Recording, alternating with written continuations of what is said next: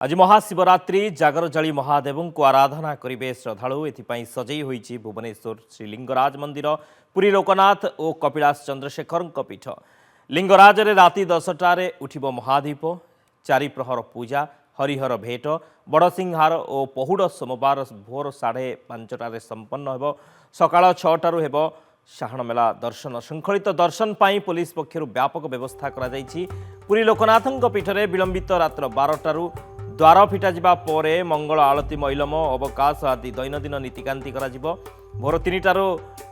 सर्वसाधारण दर्शन आरंभ होईछि रात्र रे हरिहर भेट परे मंदिर चूड़ाकू महादीप उठिबो सेपटे ढेंकानाल कपिलास स्थित श्री चंद्रशेखर पीठरे जागर पाई चूड़ांत होईछि प्रस्तुति मंदिर रंग करा जाई बेढ़ा को परिष्कार करा जाईछि श्रद्धालुंक समागम मध्य सकाळु देखिबाकू मिललानी व्यापक पुलिस व्यवस्था मध्य करा जाईछि पानीय जलर व्यवस्था करा जाईछि परिमल एवं धाड़ी दर्शन पाई मध्य व्यवस्था करा जाईछि 4:10 समय रे एठारे महादीप उठिबो।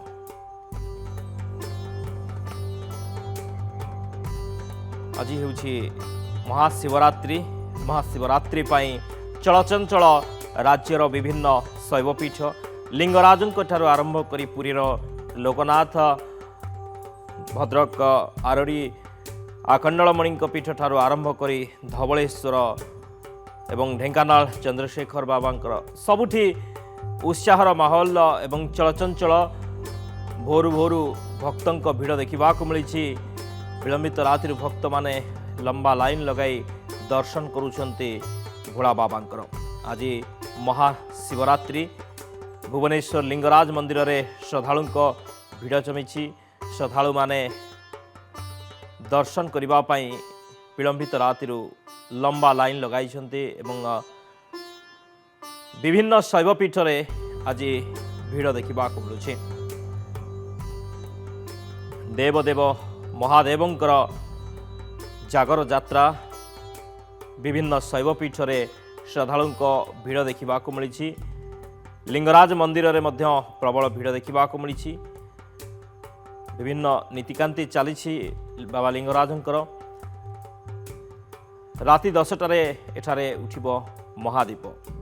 से भली पुरी रे मध्य लोकनाथ देवंकर जागर यात्रा एवं जागर यात्रा पाई